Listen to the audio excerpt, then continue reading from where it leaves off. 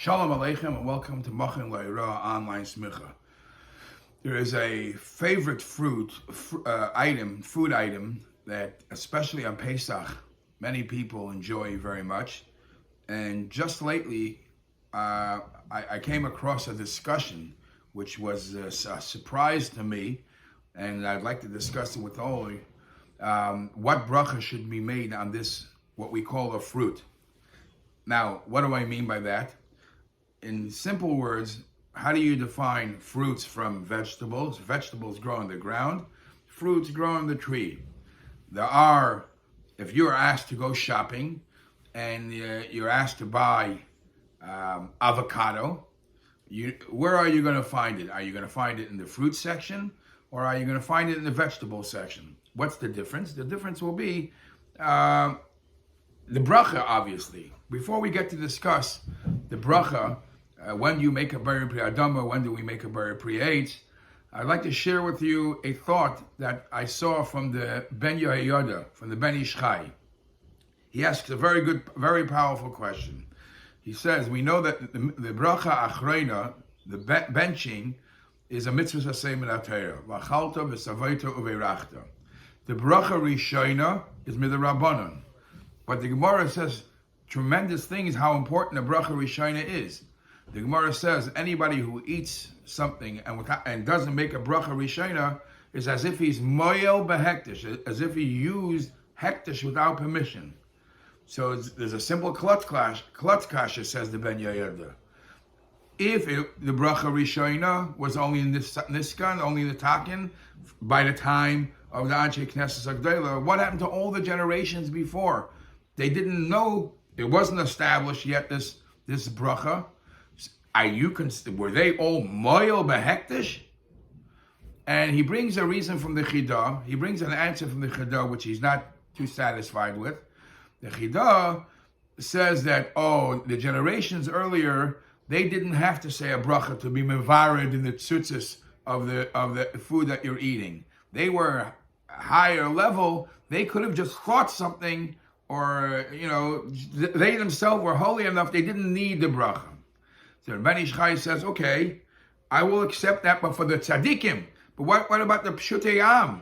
They don't have that power. Why would they not be obligated to make a bracha if you moyel behektish? And he actually turns it around.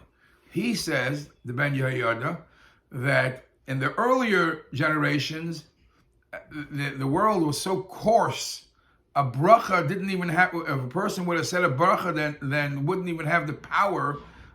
It was so fagrept, it was so sunk that it wouldn't do anything. He turns it around. He says, today the world became a little more refined, and we have enough power that if a yid says a bracha, he's able to elevate whatever the item he's eating. Just an interesting information.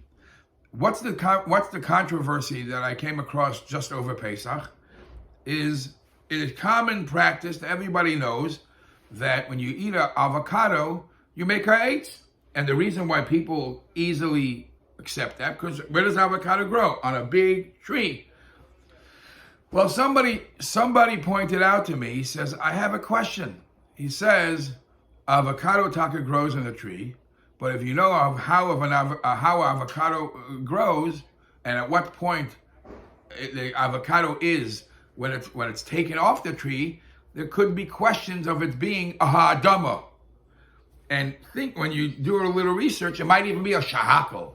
But it's either ha'adama or ha'etz. The ha'etz is because it grows on the tree, and the ha'adama, what's the reason for it? Facts are, you go to the store, you buy avocado, the ones that were lately picked are hard like a rock.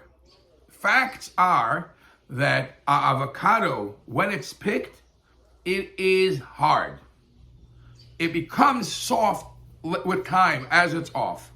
Now, some say that's only picked that way, so it should be able to be exported, to be able to be sent far away. So they pick it off early, so it should give it the time. If you pick it off when it's already soft, you won't be able to send it all around the world. Others say, no, that's how avocados work. That's how on the tree it stays hard. When it falls off with time, it it becomes softened. Uvachein, there is a big dilemma about the bracha, because you have to understand, why is it even that on fruits we make a separate bracha? After all, every fruit grows on the tree, and every tree comes from the ground. So really, ha'adama would cover that too, because the tree comes from the ground. And the answer is given that because fruits are a chashuv item, similar to bread that's made from wheat. Yes, wheat has its own bracha, but bread elevates it to a higher level of chashivas. So we make a special bracha. The same with wine from grapes. It elevates it, so we make a special bracha. Same as with fruit. There is vegetables and things that grow from the ground, yes, but because of the chashivas of fruit, we add a special bracha, thanking Hashem for the specialty food. Now, for that to be added, for you to be able to make an extra bracha, a new bracha, it has to have certain qualities of what a tree represents. And only in certain qualities, if it has that, you make a Borei Priya Eitz. Without those qualities, you even a fruit, you make a Ha'adama. What are the qualities? So there are the place can summarize it into seven principles. I'm just going to say some of them, which negate to us. Number one, the fruits have to grow on a branch of the tree and not directly on the tree. Number two, the branches are branches that last from year to year. They don't fall off and regrow next year. That's the story about the banana. Okay, so these two conditions apply by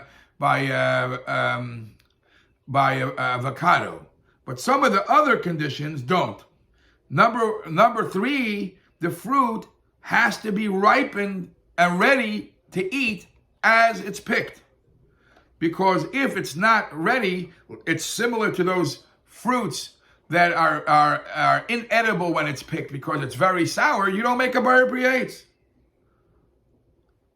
Other conditions are not necessarily relevant to our conversation, that you have to be able to see the fruit. If the fruit is mashed like apples into applesauce, or then you would, if you don't see pieces of the fruit. But the condition that challenges the possibility of eitz and avocado is because you only make eitz on a fruit that's ready to be eaten when it's taken off the tree. Not necessarily avocado has that bracha. Now, incidentally, when you talk about the issue of avocado, there's another issue, and that is avocado mostly is not eaten by itself. It's eaten as a tuffle to something else. So, because it's eaten as a tuffle to something else, when it is made as a tuffle to something else, you don't make a separate bracha. If you're eating just avocado, and because people do eat avocado just it, so it would need its own bracha. Now, is it ha'etz because it grows on the tree, or maybe ha'adama because it doesn't have the quality of a ready